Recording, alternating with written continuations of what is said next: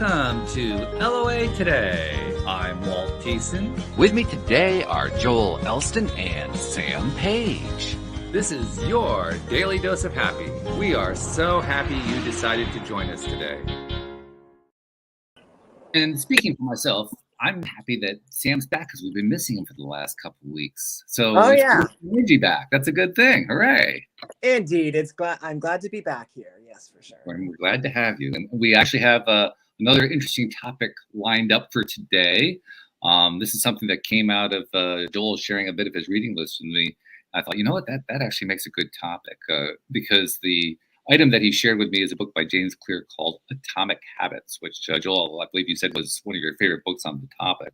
And it made me think about how there are really two schools of thought regarding how to deal with the challenges involved, particularly the personal, mental, emotional challenges involved in trying to manifest things when you're feeling stressed for whatever reason. It could be just because you have long-standing tapes that play in your head. It could be just because you have things going on in your current life. There's a lot of possible reasons for it. But the bottom line is we have these resistances, and they prevent us from often manifesting the things that we're looking for. And so different people have proposed different ideas. Some people say, well, go big, dream big, go for the biggest stuff you can, and let whatever shows up within that realm show up. But if you dream big, that way you give yourself the chance to get the big things. Other people say, well, that's fine and dandy, but if you really want to get regular results, do little steps, go for the little things, which I presume is what the whole idea of Atomic Habits is all about. I'm not quite sure, but that's my guess. So I think that's kind of laying the landscape here in terms of what we're going to be talking about. But Joel, you know the book better than I do. Tell us more about what Atomic Habits is all about and why do you like it so much? Well, and I also want to say the two are not mutually exclusive, by the way. The idea of you can have a big dream, big ideas, but the pathway of getting there. And Atomic Habits really is not a law of attraction book per se. I'm the one that sort of introduced that concept for my clients. It's a good way to bring things about. Atomic Habits are about making incremental changes. The idea that if you improve 1% every day, you're going to improve 365% or 1% a week, 50%. And that's a really good method to get people to that next step. I almost equate it to Abraham Hicks's emotional guidance scale. When you're here, you just, you go from depression to anger. Everybody, well, why would you want to do that? Well, it's a little better, but we want to keep going, but it's a little better. And the idea of walking small, getting small goals. A lot of the people I'm working with have really experienced a lot of failure, a lot of incomplete. They haven't been able to really get things going. So the idea, if somebody sits down, I've been sitting in my house and haven't left for 3 weeks. And, my goal is to have $1 million. That sounds wonderful, but they don't believe that that's going to happen. They just, deep down that's why so many people swing big. I'm a big picture guy. As you know, I just let it flow. But I didn't start out that way. I had to have incremental gains for me to believe that would happen. And so allowing yourself to approach small goals, improve slowly, make more money slowly or increase all that. Now you start to believe. Then the more you believe, you can increase that and you can attract what you want. But the idea that you have never had any money your entire life, your families have always struggled. I'm not saying it's impossible to attract a massive amount of money. It's just unlikely because you have no point of reference to be able to feel that way. And so working your way up that pattern of improvement, victory, I'm doing better, you start to believe. So incremental habits toward the big goal is the ultimate way to get it. The most people that I know that have these wild, they come into the law of attraction and they say, I'm going to do all this, I'm going to do all. I've really never seen anybody do that personally. I've seen thousands of people make incremental gains. I've used this analogy before, but a gentleman that was working at Comcast here locally, and he came to me because he said, I've just been making like 60 grand a year for the last 3 years, and I'm bored at my job. And I said, how much do you want to make? And he goes, I don't know, 130, 140. And I said, okay. I said, well, what does the person in the highest paid position that you do? He was a salesman, he supervised a team of salesmen. He said, well, the head guy in the company is always the head guy in the company. He makes about 140 grand a year. It's okay. So we know it can be done. So there's a pattern of doing it. I said, but I don't see you going from 60 to 140 because you don't believe you can. But if we added 2 or 3, bump it up from, the average of what you would make, making 60 to maybe make it 70, it will add this. He did exactly that. We set a goal to make 70 that year. He was on pace to make 70 within a few weeks. We then moved it up to 80. He was on a pace a few weeks to do that. And actually, by the end of the year, he did make that 130. But he did it. He had to do it incrementally for him to accept the concept. And so that's why I like little habits, little victories. Sometimes the people that have been stuck in their home, haven't left, and they're hoarders and they have all the stuff they have to do. I don't start by cleaning the whole house. I literally take a piece of rope off one area, and I said, let's clean this area. And once that area is cleaned, then I move the rope, and now all of a sudden you get the whole house clean, but you have to do it incrementally. So that's why I'm a big fan of the Atomic Habits method, to convince the brain to buy into the concept that this is a doable way. Does that make any sense? It does make sense. It makes a lot of sense. It makes sense to Sam too, I can tell, because his head always starts bobbing up and down whenever he starts reacting well to something. It was just all over the place, bobbing up and down. So, yeah, for me, a lot of it. Oh, sorry. Go ahead. A lot of it just resonates with my understanding of LOA in general, because you think of like The Secret, and they give kind of, don't mean this in a bad way, but more surface level or kind of introduction of LOA, and then you think about this and it'll come, boom. But it's more like, it's such a big swing, and it's like the more you believe and the more you raise your vibration, like you kind of start incrementally, and then as you kind of get there and you keep going and going, then maybe you can go for the bigger swings and dream bigger. That's so on point. I use this analogy constantly. I've probably used it on the show over the years 20 times, but the Sir Roger Bannister in the mid 60s did something nobody did in the history of the world before that. He broke the 4-minute mile. It was deemed impossible. People had tried it. There was a lot of people that ran 4 minutes, but nobody could get under 4 minutes. It literally was considered the impossible record to break. So when he broke it, within a month or two after him breaking it, something like 12 people broke that. And now it's down to like 3 minutes and 51. I mean, it's really low. And all that changed was people's belief that it could be broken, and then it was easily broken. High school kids almost run that now. So it used to be the impossible record. That's just pretty standard now. So that concept, all that changed was a belief. The human body didn't change that much. The equipment back then, it was all equal. Nowadays, equipment makes a big difference, but back then they broke it after he broke it because they believed it could be done. So the same with me. When I struggled for years with a gambling addiction, I had no money. I had $250,000 in credit card debt. I had $20,000 of restitution to the state of Florida, and it was an impossible thing to get through that. I could never understand that. And then eventually, I got in recovery, and I got the credit card debt. I negotiated it down, and I started to believe a little bit, and then I got everything paid off. But yet I was always seeming to have just enough money. It was just never enough. It was just enough, but it was not enough to do more. But I had a belief of that was sort of a limit that I could get to. And when I started changing that, my perspective, and then, 1 month, I ended up with a couple extra $100. And then, you get to a point, money was my biggest struggle for so many years. And I'm really grateful to say that money's not even on my radar anymore. It's just not a thing that I even think about. It's something I'm grateful for what I have, but I don't have to spend any energy. It's on autopilot right now. So that's a great way to be. But I had to believe in that incremental process. And I'm talking how my mind works. And a lot of the people I work with sort of are that way. I have never been, I am the ultimate Abraham Hicks fan, as you know, but the one area that I've never been on board with, sit on the couch and somebody's bringing you a couple $1 million if you want it hard enough. I've never seen that happen personally, really. But I've seen a lot of people go out, take action, incrementally grow, do things a little bit and just like Sam's saying, each time you increase, you have a range of frequency that you're going with. And you can't just go from, let's call it a zero, 1 or 2 vibration, and then go to the level 10 vibration automatically. You almost have to work your way up. So as you increase that vibration, you become better at increasing your vibration. Then it becomes easier. So Sam's point was dead on. You, it's almost like a muscle. If I want to, if Walt, you call me up and say, Joel, I want to bench press 300 pounds, and I said, okay, well, we'll do that. But we're not going to go to the gym and me hand you a bar with 300 pounds on it. You do it day one. But I mean, you may be able to, but I'm saying in theory. Well, actually, no, I couldn't. But if you wanted to really do that, we would start with wherever you're at, and we would incrementally add small amounts.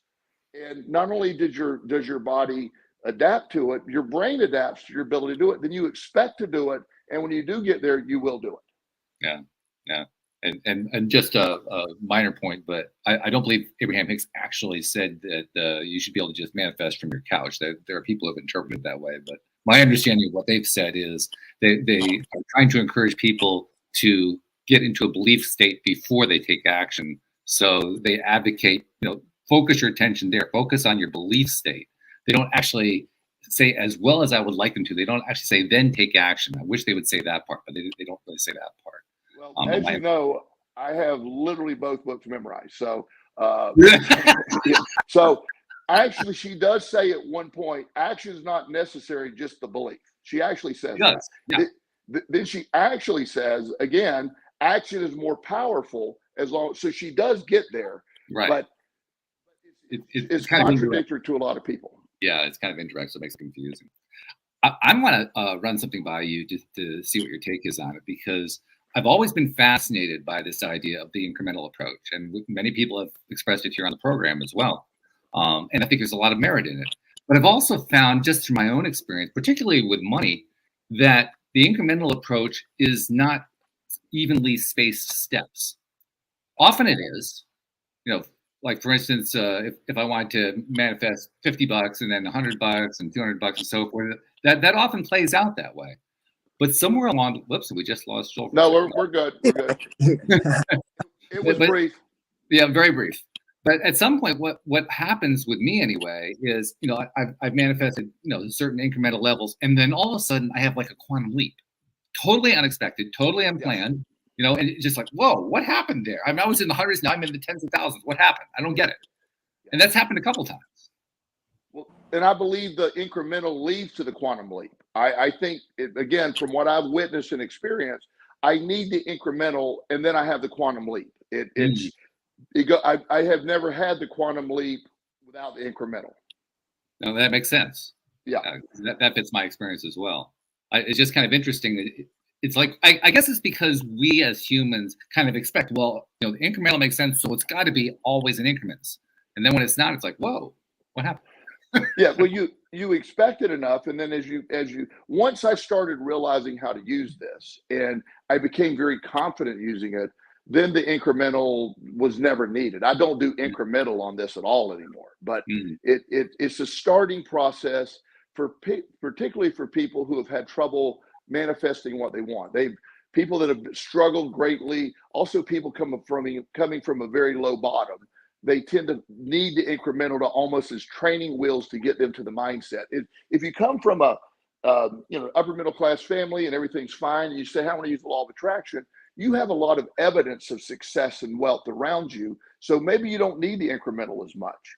But when you come from really low bottoms and no sign of any wealth or anything along those lines, then incrementals allows you to believe. And I think that's what's missing a lot, with the simple, if you want it bad enough, you can have it, is true.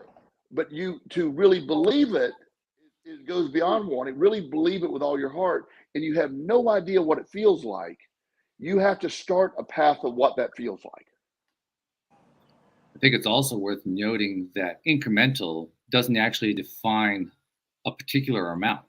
It's just, it has the implication of being a relatively small change, but small is undefined. So one person's increment could be a tiny step, and another person's increment could be, for that same person, a huge step, just because they have different ideas of what the increments are. Well, and again, everything's perspective based. I work with a lot of extremely wealthy families. I mean, billionaire families, Mm. and their version, my version of success and wealth and all that is, sort of what's around me, and I do very well. I'm very proud of where I'm at, but they spend more than I make in a year on plane travel a year. It's just, they do. Again, I'm very happy for them. That's actually, it's just, they have come to expect, hey, I want to go to Geneva and the private plane's going to take me and the trip's going to cost $90,000 each way. I'm good with that. And then I'll do that next weekend. One family I know has $1.7 million of travel expense for this last month alone. Wow. Yeah. But they also have $6 billion. So it's relative. It's relative, and the perspective is going to vary based on what your experience is. I mean, I don't mean to suggest that the incremental approach has weaknesses to it. I don't mean that at all. I actually believe it's really, really good. I just was expressing the opinion that it was just amazing that you can have these unexpected things happen. And I underline the word unexpected, because the leaps that I've had anyway, I'm not sure about you, but the leaps I had have happened when I least expected them, when they weren't even on the radar. Yes, and that's what we've always talked about, because once you bring it into reality, you do it there, and then you let go of it, it shows up. Right. That's what it seems like unexpected. You've already and I get it. It's not really unexpected. You've worked to expect it, and it's going to come along. You've just taken your attention off of it, and then it gets filled quickly because you're not pushing it away with too much attention. The most recent example of it comes from my recent divorce. And in that situation, as listeners know, my wife had this gardening business that she'd run for years. I actually ran it for the last few years of our marriage. And my intention was essentially to make sure that she continued and was able to maintain her income on it. Because I just have this very strong belief that no matter what happens in my life, even if it's something I don't like, I always want to leave people better off than when I encountered them in the first place. And for me, that was a way to do that with my ex-wife. To my surprise and actually to my shock, well, two things happened. First, during the negotiation process for the divorce, she was adamant that business belonged completely to her. Why should she have to give any of it up to me? And so I said, oh, well, fine. I'm okay with it. Just, I'll give you the whole 100%. No big deal. A month after the divorce, she announced she's going to close the business. I said, what? Wait a minute. What are you talking about? Wow. And so that led me to buy her out. But my point there is that was so completely unexpected. I didn't expect her to say, I'm going to close the business. But by her doing that and maybe giving her a buyout offer, that basically solved an income problem for me that I was still trying to figure out. Right. Totally unexpectedly. And I love that, because it also, the way you handled it, and yes, okay, sure, you just sort of gave it up, so to speak. Mm-hmm. And I can't speculate what happened with her, but inside of her is like, I can't run this. I can't figure this out without Walt. The reason was. The reason I can tell you what the reason was. The reason was that she had developed her own negative associations with the business, such that if a phone call came in, she was already so traumatized she couldn't even answer the phone because she was afraid of some sort of issue. That's clearly not taught at Harvard Business School. Not really, no. Yeah. That's good. That's good. It might be taught at the Harvard Department of Psychology, but no. I was about to say, I think that's like nine buildings over, but you're right. With Atomic Habits, and I by no means, just like you're saying, I'm not trying to squash the idea of think gigantically either. Think big, go big. It's just they're when you do it with. What gets lost, and Sam made a really good point. The secret is a very remedial introduction thing to the law of attraction. It's great for that, but it's so simplified that a lot of people get frustrated with it because it doesn't get into of how to do it really. So if you be positive, be thankful, and you want it, and it's going to just show up. It disappoints a lot of people because there's a more complex method of doing that. It does mean that, but there's more to it. So the deeper run, when you start you start realizing, like with any of these methods, but thinking big, having great ideas, and not getting pigeonholed on the same thing over and over again. That's really necessary for this process. So I'm a big, dream big, think big, grow big. All that stuff is fantastic. But getting stuck just on that is something that, there's several people I'll see on, I don't usually follow many of these people, but some of the Instagram people, they're just trying to get followers, and they're just making it. I just was sitting home and I envisioned this and it appeared, and and I hope that was true for him, but I'm going, okay, I'm a little suspicious of that claim. Especially these days, that's surprising. Yeah. Well, one of the things that I found funny is one time I came out from a grocery store, and there's this guy leaning up against my car with somebody taking a picture of it. And I said, "Can I help you?" And he goes, "No, I'm on Instagram." And I said, "Okay." What? I said, "Well," he said, "Well, he said, he's laughing. He goes, I want to tell everybody this is my car." I had a feeling that's where that was going. Yeah. How did you feel Okay. about that? Yeah, I don't care. That's fine. I love that. So You get that side of it. That's pretty unusual, I have to say. yeah. I didn't know what he was doing. I guess he's telling everybody his program works so well. He manifested this card. Yeah.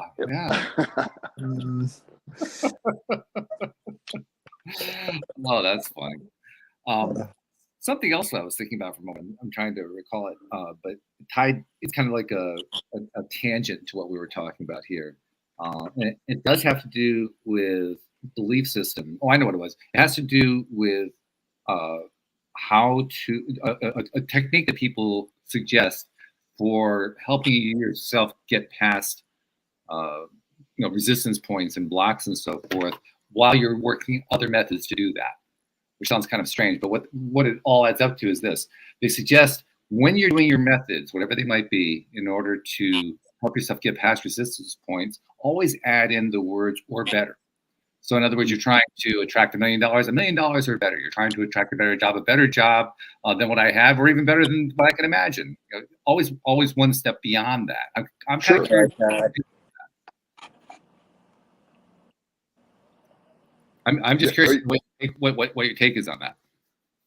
My take of it is it's I see nothing wrong with it. I think it's it's positive. It's you're not limiting yourself to any one thing. Mike Dooley does a big fan of Mike Dooley. I know you are too, Walt. He makes a point like you can't attract everything you want, because like he gives the example, if you want to. You see, you're a kid, you see somebody else's bike, and you go, I want to track that. I want that bike. Well, that bike belongs to somebody else, so you can't have that bike. You could manifest a bike like it, Sure. but you're not going to get that bike. And a lot of people get stuck on the concept of specific things, or like I want to attract a specific person, or I want to. You don't give the law of attraction enough of a window to fulfill, or you miss the thing you're actually attracting. So when you add that caveat of or better or more, you tend to. I think more than anything else, I don't know if it helps manifest anymore, but I think it maybe helps you see it more, because a lot of times people do manifest stuff and they don't see it because they're stuck on what it looked like. Mm-hmm. Like there's a guy that I was working with. He really wanted to get on with this IT company, and he had all the credentials, and he just was very frustrated that he couldn't every time, and they wouldn't hire him after 2 or 3 rounds. But along the way, he was offered 3 other jobs from IT companies that he just kept. Well, he was just stuck on that company. Well, wow. One of the companies was a company that was really growing. I forget the name of it. And he ended up taking that job. They ended up buying the original company he wanted to get on. He almost missed that. That would have to sit with me for a second before I finally grasped what you were saying. Yeah. So for him to, he was just stuck on company A. And I'm like, look, you have 3 interviews for these other companies, but I want to work for company A. I said, so they're clearly not going to hire you. So let's look at the best offer over here. So he went to company B, that started just growing outrageously. 6 months later, company B buys company A, and he's technically working for the company. He did manifest it, but not the way he saw what happened. That's the key phrase right there. Not the way he saw it. That's what happens more often than not. Stuff manifests not the way we expected, not the way we're hoping, not the way we're planning. And it really it lays our plans to shame. It really does. Well, and that is the key, because you're stuck, and that's what I have to deal with. What is the concept you're trying? The idea that I want to, I don't want to be lonely. I want to attract a partner, and keeping that open to the idea of what's going to fulfill that versus a very. Yep, we got another freeze control. Hopefully his phone will reset in just a moment. Hopefully, yes. Hopefully, yes. Well, it has every time. I mean, it's not like we've lost twice. Oh, here you go. There we go. Last week it did not happen at all, by the way. This week is twice. So okay. So, but I forget what was that. But this concept of having to have it a certain way, you missed the point. And the idea that you could, if you want a house on the beach, in a specific beach, but you're just stuck on this one house, and it just can't sell. You can't get it. You can't buy it. The person's not selling it. But yet there's 5 other houses down the road that are right there. We tend to overlook what the law of attraction brings us a lot of times. So getting stuck on one outcome is really difficult. So one of the things I talk about is, what is the essence of what you're attracting? What is the essence of what you're looking for? Not the specifics, because the law of attraction is going to bring something, because there's a lot of factors at play. There's a house on Anna Maria that it sits right by the bench. It's this little yellow house, and this guy that owns it has owned it for 20 years, and he has zero intention of selling. I mean, trust me, he zero intention. And because every year I went to him, I told him about my bench and the story, and I said, at any time, if you ever get an offer, give me the opportunity to match the offer, whatever it is. And he said, I will. And so I don't know if I'll ever get that house or not. But no matter how much I want that house, it's not for sale. The guy doesn't care how much money it's going to get. He loves that house. So until it's for sale, I can't have it. Maybe one day I get it. But right now, I have a house on the island. I just don't have that house on the island. Yeah. You mentioned the movie The Secret, and there's actually a scene in that movie that I don't think the producers intentionally sent this message, but it comes through anyway. Because it's the story of a man who's talking about how he showed his young son vision boards and how vision boards work. And in the course of doing so, he realizes that a house on the vision board is the one that they're now living in. And he hadn't made the connection that they'd actually gotten the actual house he had put onto the vision board. Wow. And he's blown away by that. Like he says, now I finally understand how the law of attraction works. But it's very easy to imagine how somebody watching that could say to themselves, oh, well, then what the law of attraction can do is give me the exact house that I'm looking for, which is, I'm pretty sure that's not what they were trying to imply at all. They were just trying to give you this really cool story. Yeah. Take away from people. Yeah. Sometimes it's exactly what you want, but sometimes it isn't. I have a client that a few years ago got divorced from his wife, and he did not want the divorce at all. He was heartbroken, and he said, I'm going to attract her back in my life. Yeah.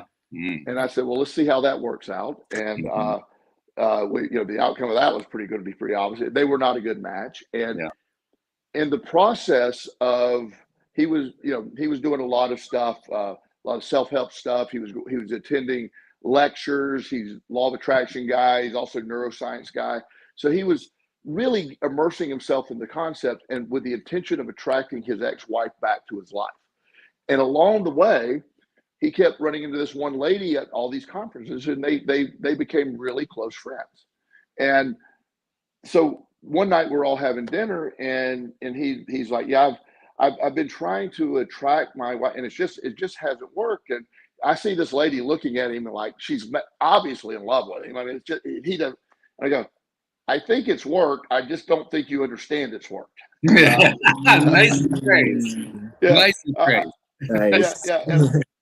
And she got a huge smile and actually just blushed a lot. And he goes, what do you mean? I go, bro, you got to figure this out. You got to work with me here. So, but they're married and they're happy. Oh, they They're are. really happy. Oh, But love that. he was looking. He wasn't understanding. He attracted exactly what this lady that he's married to is just really sharp. They have a great sense of humor. She's super organized. He's sort of like me, train wreck, but that energy goes together well. Yeah. I need organized because I'm like, woo, and he does too. So everything they have in their life is matching, and they just, it's just working out so well. But he did manifest the partner that he wanted. He thought it was her. He thought it was his ex-wife, but it wasn't. Yeah, it was an or better or more. Yeah, or better. Then that matches your or better. Right. So, Yeah. I'm also aware too that anybody who's ever explored the social media groups, particularly the Facebook groups, where there are lots of conversations about relationships, inevitably you go look at those messages, and within a day or two, you're going to see a message from somebody saying they want to manifest an ex back. Usually, it's a young woman wanting to manifest a young boyfriend back. And they're always, here are the people suggesting how to do it, and other people saying, no, don't bother. It's a bad idea. And then they're getting kicked out of the group for being negative. And it's the same thing, the same routine that plays out over and over and over again. But there are also a number of cases where they succeed. They actually get the ex back. And then there's a post that follows up that says, wow, that was a mistake. I mean, I can't tell you how many times I've seen that one too. I can't say I've seen one that said, I got the ex back and it worked out. There probably is one out there. I just haven't seen it yet. But I find it fascinating that we have so many of these examples. And I think it's kind of a way of describing how, we do kind of have this tendency to want something back because we've idealized it. We figured, that was the best it could ever be. And if I could just have it again, it would be great. And I get the impression that people who succeed in manifesting it, when they succeed, what they're really doing is they're giving themselves an education. They're giving themselves the information that they didn't have before, which tells them, I probably didn't really set myself up well with that. I probably set myself up to fail in a sense. And that I perceive the ex coming back great. I've never seen that. I've seen, like you said, it comes back and then like, okay, wow, what are we thinking? And because you get right back to where it is. But right. you a lot of times especially when you break up with somebody or intimate relationship ends, we tend to, use a euphoric recall on the good things, and we forget the bad things. We get where it wasn't matching. Right. And then if you do get back together, there's another honeymoon period, and then it's a really quick, like, okay, wow, here we are again. And so that's something that's really important to realize is we will attract, and it isn't impossible to get them back, but regardless, the idea is the essence of what we're trying to attract back is a relationship. My dating pool it's a real weird dating pool for me right now. I have a lot of 25-year-old pregnant women or with kids that want me to be sugar daddy, or I have a lot of 70-year-old women that are like, hey, come on over here. I have a really extreme dating, like it's like, wow, I keep running into that, and it's I have a very close person that I'm in a relationship with, so it's not I'm not looking, but my point is, along the way you always think you want something, like right. I explained to this one young lady one time, she was really nice, Jim, and she was trying to, you could help me out, and I got my son. I think basically just saying you could be my sugar daddy in a roundabout way. Right. I said that would be such an imbalance in a relationship. Don't lower your standards to just give up just because somebody could financially take care of you. I gave her a nice lesson about, and she started crying. She goes, but I'm so scared for my future. And I said, I understand that, but finding some dude who's my age, old enough to be your dad, maybe your grandfather, I think, but no, it's dad. And I mean that's not gonna help you. That's not going to help you in the long run. You're going to, but she was really sweet, but I sort of felt sorry for her because she was operating out of fear insecurity. She was operating out of fear and security. She did not really understand what she was trying to attract. There's security, and there's also a companionship that she was willing to give up the companionship part. So taking this back to the original topic, atomic habits, incremental change and so forth, how do we apply that with relationships? Is incrementalism actually an appropriate method to use when trying to find a primary relationship? I'm sure I could come up with a way of doing that. It's sort of a, to me, if you know what you're looking for, you incrementally look for it. A lot of people. One of my clients is he's desperate for a relationship. So every woman he meets, he's magically in love with her, and she's a soulmate. It's like every time, and they have this very torrid, hot love affair in the beginning, and then within 3 weeks they break up. Right. So the idea, and then he's devastated for a month or two, and he really believes he's going to find that person that he immediately connects with, and she's going to solve all of his abandonment issues in this one time. And there's zero way to do that. So what we're working on, I'm sort of using the incremental thing. I said, why don't you meet and have a plan of slowly building. The fast burn has not worked for you. Do a slow burn, build a connection, know everything about her, let her know everything about you. Really go slow and see if you can't develop that incrementally approach the relationship. Don't get physically intimate, the first night, just slow this process down and see if we can't get to a place where because what he's been feeling is lust, mistaking it for love, and then being disappointed and abandoned again. Why don't you develop a love, and then there's a shot. So we're working on that. So you can do that when you're out meeting and going out and trying to find people, going slow in the process and learn about them. What do they really like? And that's something that's an incremental approach. That very incremental. Yeah, and I love the example because I think it illustrates perfectly how to use the whole incremental ideal in a relationship building or a relationship acquiring situation. Yes. Yeah. Yes. How about with health? Can you create an incremental approach on a health situation? Absolutely. And stop me on a rant. So you hit one of my topics. I don't like to stop you on a rant. Your rants are great rants. Why would I stop that? Sam, am I right or am I right? Come on. Rant away. Yeah. 90% of our health issues are poor lifestyle. It's not, it's eating terribly. It's not exercising. It's poor mental health. It's a lot of things. So the ultimate solution to health is incremental improvements.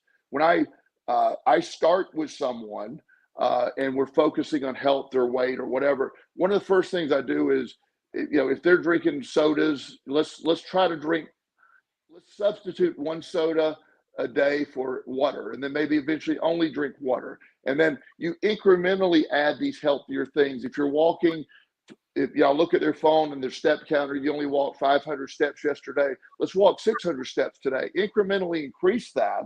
And they then start going, and then it drastically moves up. That's when you can see huge leaps forward, because when the body gets healthy, the body has the ability to heal itself. It can only heal itself from a healthy point. It has all these factors in it. There's nothing a pharmacy can make that your body can't produce. It's just when the system is shut down, it isn't actively, immune system is not responding correctly. When you're in fight or flight mechanism with stress and anxiety, your immune system isn't working well. When you're overweight, your liver gets covered in fat and it doesn't function properly to filter out the poisons. Your kidneys aren't functioning well. Your body is when you eat a bunch of sugar, your pancreas is working full time to produce massive amounts of insulin to disperse the sugar to save the body. When you drink too much, the liver is panicking to get the alcohol out of there. So incremental changes in health is really the ultimate way to change your health. Again, Western medicine tends to overlook nutrition and these factors that I'm talking about. But in Eastern medicine. That's the point: reducing stress, increasing movement, eating healthy, and it doesn't have to. You don't have to eat tofu and kale, but which literally would kill me probably. But but I eat lean meat. I eat caught salmon. I eat grass-fed lean meat. I eat organic chicken. I eat eggs, a lot of eggs. That's very healthy eating. I eat stuff that is literally, if my theory is if the earth provided us, then we're going to eat it. It's here. We're going to eat it. It's intended to. But I try not to eat. I'm not super obsessive, but processed foods kill us. So incremental changes they lead to drastic improvements in health. I've seen people lose 300 pounds incrementally. I've seen just amazing health improvements. And this is one that, I'll give a disclaimer. This is my opinion. So Walt doesn't get sued or anything, but this is. Do we have to put out the medical disclaimer at this point? I mean, is that something we often have to do that? So I'm asking. That's all. Please state that. I mean,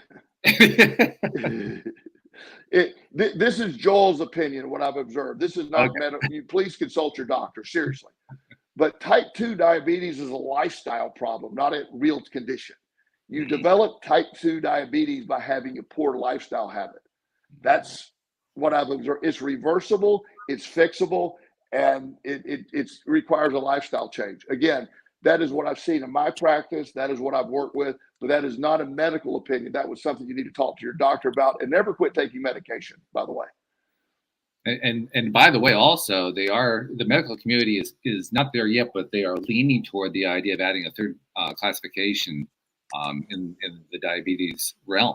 Yes. And they're tying it into, I believe, to Alzheimer's, and they're sugar. Yes. There is some wild research taking place right now.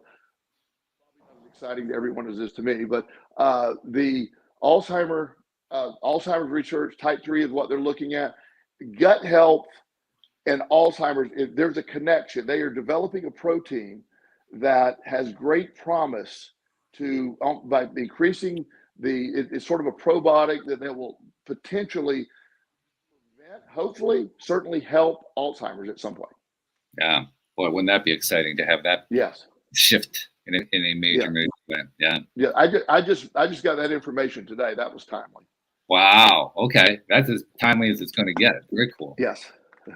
Let's carry on the incremental theme a little bit further too. Let's carry it into the realm of self-help, self-development. I mean, we've been talking about it in specific areas.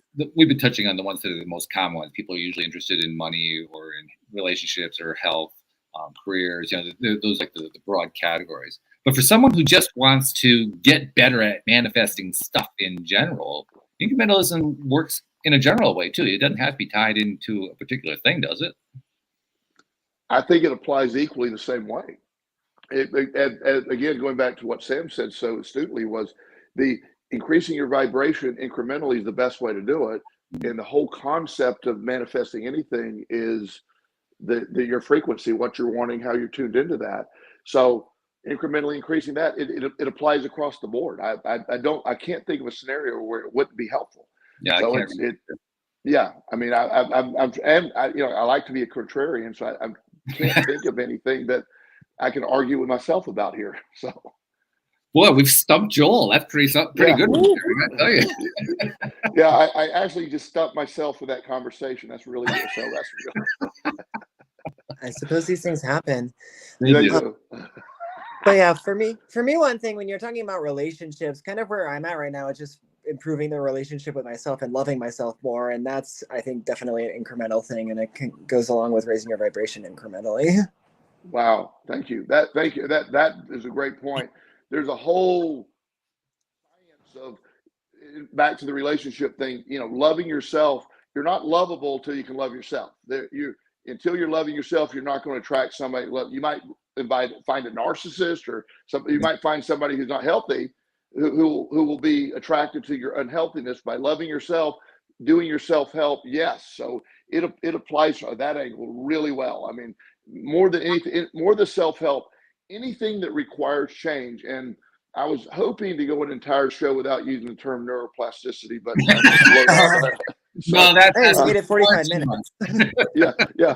I mean, last week I think we used that word 87 times. So, Yeah, Joel was counting. yeah. So this week I was hoping not to, but again, the neuroplastic brain incrementally improves.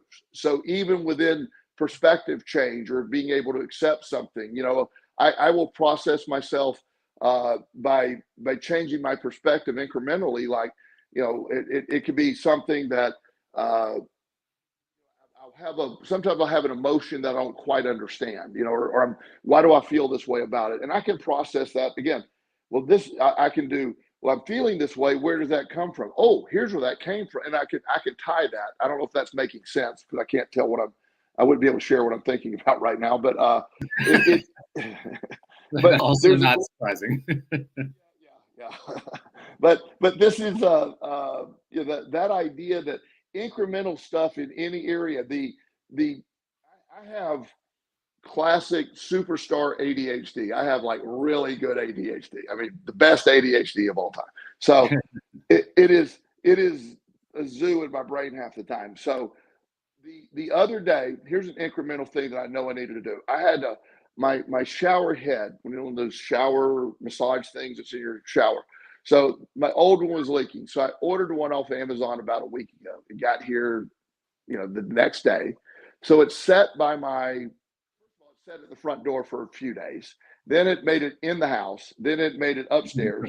And I kept saying, and every day I'd get in there and I have to shut the shower because it was coming out. I'm like, okay, no, knowing this is at most a 6-minute job. Right. 6-minute job. I also have a handyman that if I can't get to it, I just call him and say, go do these things. But so just all that knowledge is there, right? So finally, I realized that I had like 6 things I needed to do. And I said, okay, what is the easiest? And so I started with, I had to pay some bills. So I just sat down and started paying some bills. One of them required me to write a check, need to put an envelope, stamp it. Now incrementally, I started adding the next stuff. And so me writing that check led me to the next step, Then I said, heck, I'm going to go get the shower done. Everything took place in less than 17 minutes. Mm-hmm. And it was done, but I had to start incrementally somewhere else. That happens a lot. Once I get flowing, I'm great, but I have to work my way up to that. Also, when I try to get anywhere from 10 to 15,000 steps a day on top of my workout. So that's a lot of steps. And so the way that I mentally handle it, by 10 a.m., I want to have 3,000 steps done. By noon, I want to have 4,500 steps. So I have increments in my steps. So at the end of the day, I'm not having to go on a like a 4-mile hike at 7 o'clock at night. I can get there, and it's spread out over the day. I incrementally add that, and it's a much more acceptable way. When I think I've shared this before on the show. The longest, time being relative, and your perception of time being relative. Holding a plank is the slowest passing of time in history. There's no slower time. Okay. So I believe that. Yeah. There is no slower time. So, 15 seconds on a plank is about 4 minutes in real time. So don't hold me to that math, but that is close. So I like to do planks. So, well, clearly I don't like to do planks, but I do planks. Yeah. So I totally get it. I mean, I can do the same thing. I feel the same way. So I'm with you. So when I'm doing a plank, I have the stopwatch on my phone, and I do planks in my mind. I just got to get to that next 15-second mark. 15-second mark. I hold it the entire time, but I look at it every 15 seconds. I only got 15 more seconds, then only got 15. So I can do a 2-minute plank, but I have to do it 15 seconds at a time, meaning I don't stop, but I just look at it. It helps me to do it. If I just go for 2 minutes, it's like, I can't do it. So I use incremental mindset. I look at, when I get down to that last 10 seconds, only like 2 seconds, 3 seconds, whatever. And it helps me somehow, it makes it more palatable. Personally, I take a lot of joy from that because I don't do the kind of workouts you do. I mean, you can work, you can lift 35,000 pounds. I mean, I'm exaggerating, but you can lift massive amounts of weight. And here you are having trouble with a plank that I have the same kind of trouble with. Like, oh, well, I guess I'm not doing so badly after all. Yeah, planks don't play. They are real. Planks are equal opportunity. They don't care. They don't care That's who right. you That's true. There's no way to fake a plank. You just do a plank. Yeah. And I do exactly the same thing as you do. I've got my timer on my phone going whenever I'm doing it. Yeah. It helps. But when my boys were younger, there's nothing more annoying than having kids in the back seat. How long are we going to be there? How long are we going to be there? How long are we going to be there? Yeah. So what I would break the trip up and explain to them, and they had their tablets or whatever their things were.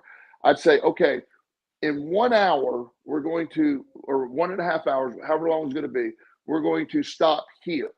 And we're going to stop at this place. So you look at your clock and watch. So you don't need to ask me. And then in 1 hour, we'd stop. And sometimes I would say 1 hour and 30 minutes, and then I stopped 5 minutes early. So they were always, they were always pleased with that. And they never ask how long it's going to take because I've always given the next segment of the trip how long it's going to take. Yeah. And they like that because they weren't, kids' brains are how long is it going to be? How long is it going to be? They don't operate time-wise the same we do. But when you show them and they can look, then they can be relaxed until it's time to get to the next checkpoint. Except when we do planks, then we have brains that work exactly. We actually, I have a theory that I've actually thought about. So my son Justin, or even the neighbor kid, they can sit on the plank for 5 minutes and not move. Yeah. So kids, it's reversed for kids because they can do planks forever. They don't care. Right. They'll just, I don't know the physics behind that, but they'll just plank forever. It's like, okay, you weigh 30 pounds or something. No wonder it doesn't hurt. It's just my right thigh weighs that much.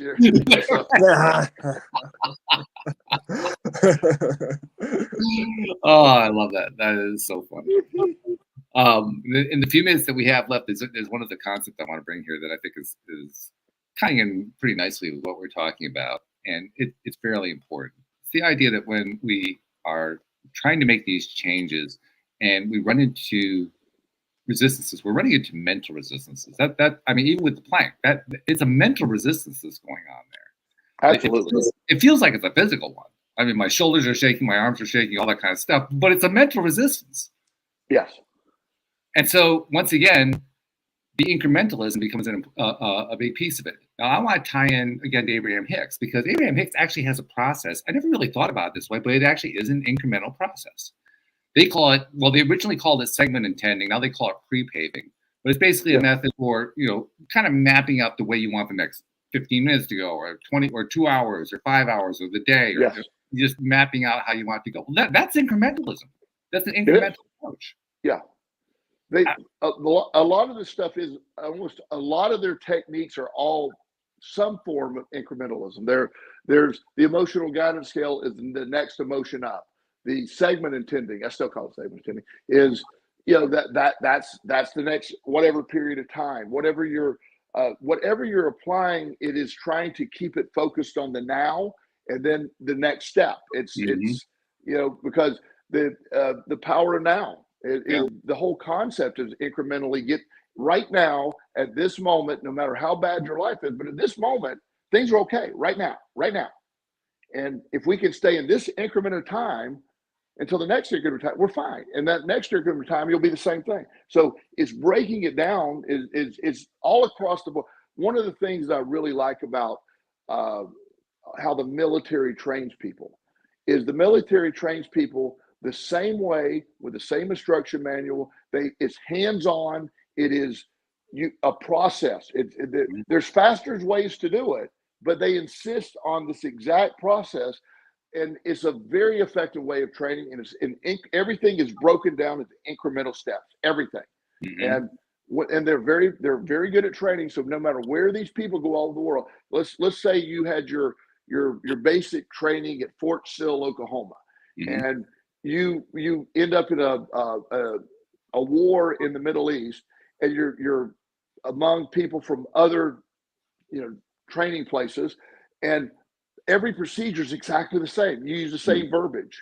There's rocket launcher. They have the same, back blast area clear. They have it. They all say the same thing every time, and that way they're very efficient. It's been proven as the best way to learn. Incremental learning is the best way to learn.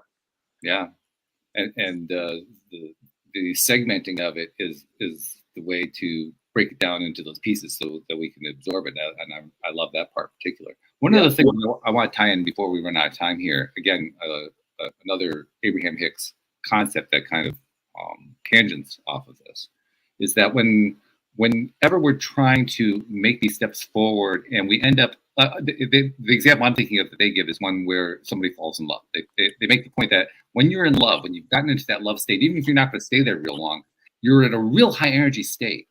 And it's a great time to do intending. It's a great time to kind of leverage that energy and put it to work, because if you want to kind of like increase the increments that, how far you can go, that's the time to do it when you're high vibrational. Absolutely.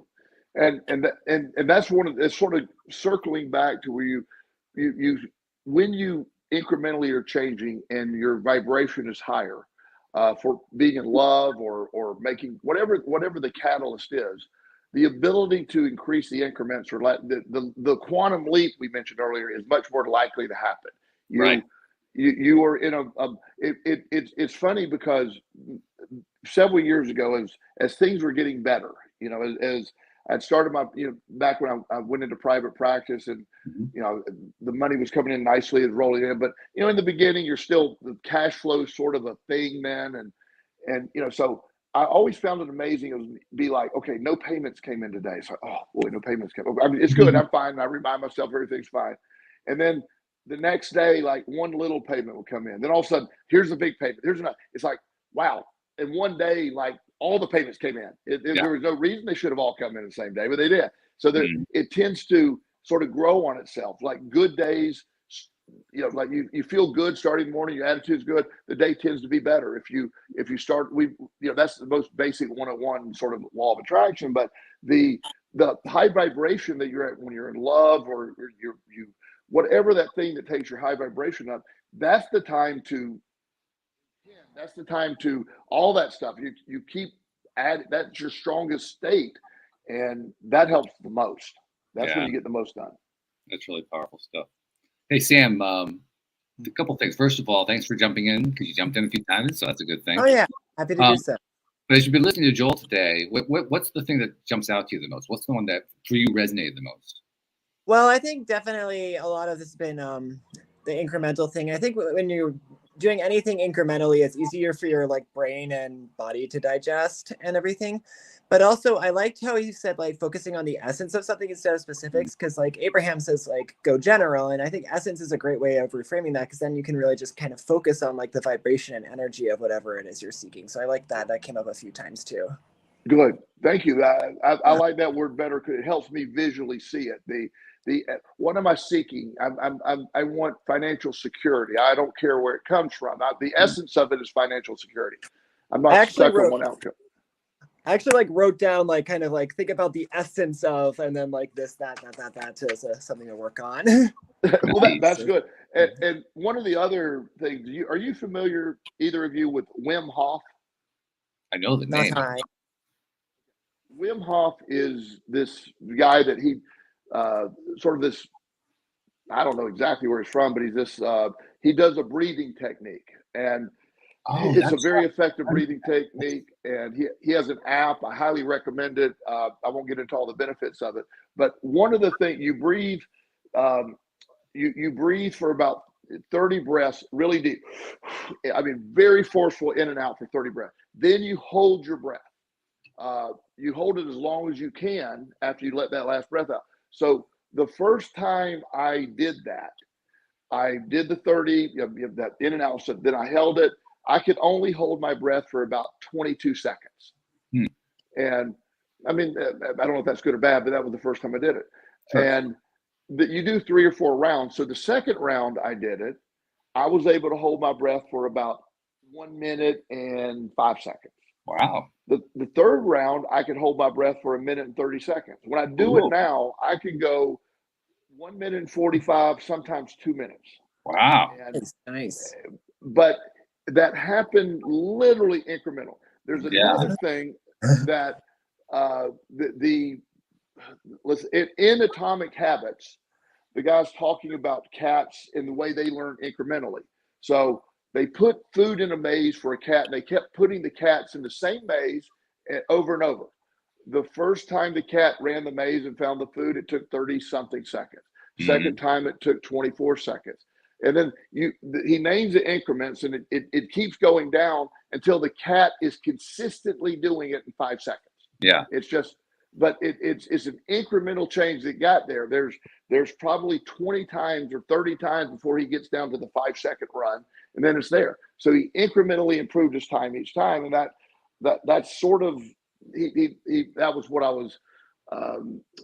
I use that a lot trying to do it. That's why I like Atomic Habits is not a law of attraction book, as I told you before, but you can use those methods to take advantage and use the law of attraction on your behalf. That's the tie-in that I do. I don't know if James Clear would approve of our use of that book. I'm sure he's very happy that we're talking about it, but it's a great book standalone.